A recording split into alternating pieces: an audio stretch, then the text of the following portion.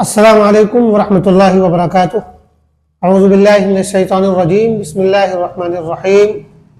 ربنا هب لنا من ازواجنا وذریاتنا قرۃ اعین، صدق اللہ العظیم۔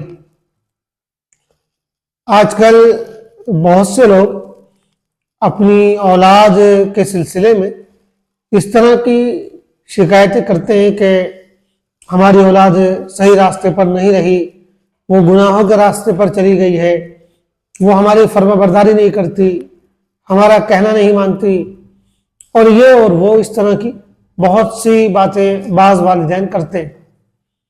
لیکن ایک غور کرنے والی بات یہ ہے کہ والدین ہونے کے اعتبار سے ہماری جو ذمہ داری بنتی تھی اپنی اولاد کے لیے، ہم نے وہ کس حد تک پوری کی۔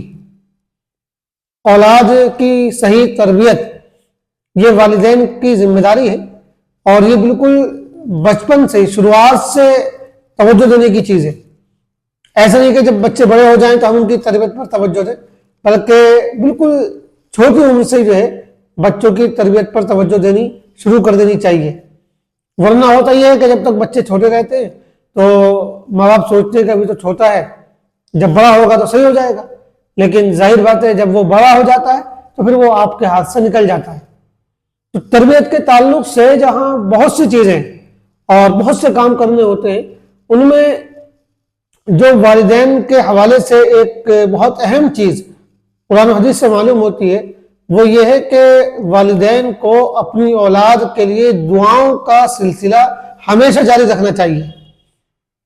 افسوس یہ ہے کہ ہم اپنی اولاد کے لیے مختلف طرح کی کوششیں کرتے ہیں، ان کی تعلیم کے لیے بھی، اور بعض لوگ ان کی تربیت کے لیے بھی کوششیں کرتے ہیں، لیکن اس کے باوجود صحیح نتیجہ نہیں مل پاتا ہے۔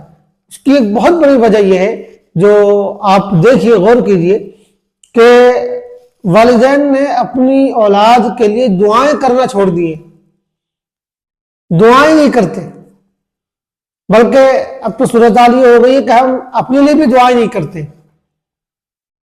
رسمی سی دعا ہوتی ہے نماز کے بعد یا کسی خاص موقع پر، باقی جس کو دعا کہنا چاہیے، جو دل کی طلب کے ساتھ ہو، جو دل کے اندر سے نکلنے والی ہو، ایسی دعائیں اب ہم کہاں کرتے ہیں؟ ہوں گے کچھ اللہ کے بندے، ورنہ اکثریت تو ایسی ہے۔ پھر اس میں بھی خاص طور سے کوئی والدین اپنی اولاد کے لیے دعا کریں، ان کی نیک نامی کے لیے دعا کریں، ان کی صلاح اور فلاح کے لیے دعا کریں، ان کی کامیابی اور ترقی کے لیے دعا کریں، اور خاص طور سے ان کی نیکی کے لیے اور آخرت میں ان کی کامیابی کے لیے دعا کریں، ایسا ہم بہت کم دیکھتے ہیں۔ جبکہ قرآن و حدیث سے معلوم ہوتا ہے کہ ماں باپ کو یہ بھی چاہیے کہ جہاں وہ اپنی اولاد کے لیے مختلف طرح کی کوششیں کرتے ہیں، وہیں ان کے لیے وہ دعاؤں کا بھی سلسلہ جاری رکھیں۔ خود اللہ تعالیٰ نے قرآن میں اس طرح کی کئی دعائیں ذکر کی۔ ایک تو حضرت ابراہیم علیہ السلام کی بہت مشہور دعا ہے کہ رب اجعلنی مقیم الصلاۃ ومن ذریتی۔ وہ دعا کرتے تھے کہ اے میرے رب، خود مجھے بھی نمازوں کا پابند بنا دیجئے اور میری اولاد کو بھی۔ حضرت ابراہیم دعا کر رہے ہیں اپنی اولاد کے لیے نمازوں کی پابندی کی۔ اس سے اندازہ لگائیے کہ کتنی اہمیت ہے اس بات کی کہ والدین اپنی اولاد کے لیے دعا کریں۔ اسی طرح اللہ تعالیٰ نے ایک دعا میں یہ بھی سکھائی ہے قرآن میں کہ ربنا ہب لنا من ازواجنا وذریاتنا قرۃ اعین۔ یہ دعا ہمیں کرنی چاہیے کہ ہمارے رب ہمیں ہماری بیویوں کی طرف سے اور ہماری اولاد کی طرف سے آنکھوں کی ٹھنڈک نصیب فرما، یعنی ایسی اولاد عطا فرما جو ہماری آنکھوں کی ٹھنڈک بن سکے۔ اور ظاہر بات ہے جو اولاد آنکھوں کی ٹھنڈک ہوگی وہ غلط راستے پر نہیں ہوگی، وہ گناہوں کے راستے پر نہیں ہوگی، وہ ہلاکت کے راستے پر نہیں ہوگی۔ جو آنکھوں کی ٹھنڈک ہوگی وہ دین کے راستے پر، کامیابی کے راستے پر اور ترقی کے راستے پر ہوگی۔ تو ایسی دعا مانگنی چاہیے کہ اولاد ہمارے لیے آنکھوں کی ٹھنڈک بنے۔ اور بڑی اہم دعا یہ غور کرنے والی دعا ہے۔ اس میں یہ بھی نہیں کہا کہ ہماری اولاد کو بہت پیسے والا بنا دے، بہت دولت مند بنا دے، بہت مشہور بنا دے اور بہت صحت مند بنا دے، ایسی کوئی بات نہیں کہی گئی، کیونکہ ہو سکتا ہے کہ یہ ساری چیزیں ملنے کے باوجود بھی اولاد والدین کے لیے سکون کا باعث نہ بنے۔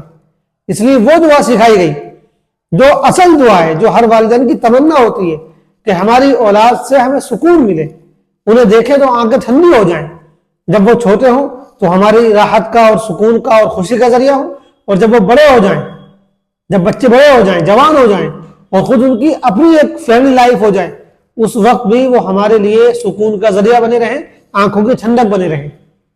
کتنی پیاری دعا ہے۔ اسی طرح قرآن میں ایک دعا اور سکھائی گئی ہے کہ وہ اصلح لی فی ذریتی، کہ اللہ میری اولاد میں میرے لیے نیکی ڈال دیجیے، ان کو نیک بنا دیجیے، صالح بنا دیجیے۔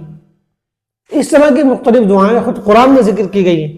اس سے اندازہ ہوتا ہے کہ اللہ تعالیٰ یہ کتنا چاہتے ہیں کہ والدین اپنی اولاد کے لیے دعائیں کیا کریں، اور اسی وجہ سے حضور اکرم صلی اللہ علیہ وسلم نے ایک حدیث میں یہ بات ارشاد فرمائی ہے کہ جو دعائیں اللہ تعالیٰ رد نہیں کرتا ہے، جو دعائیں اللہ تعالیٰ لوٹاتا نہیں ہے بلکہ انہیں قبول ہی کرتا ہے، ان میں ایک دعا دعوت الوالدی لولدی، ایک دعا یہ ہے کہ والدین کی دعا اپنی اولاد کے لیے، یہ بھی اللہ تعالیٰ رد نہیں کرتا ہے، اس کو قبول کرتا ہے۔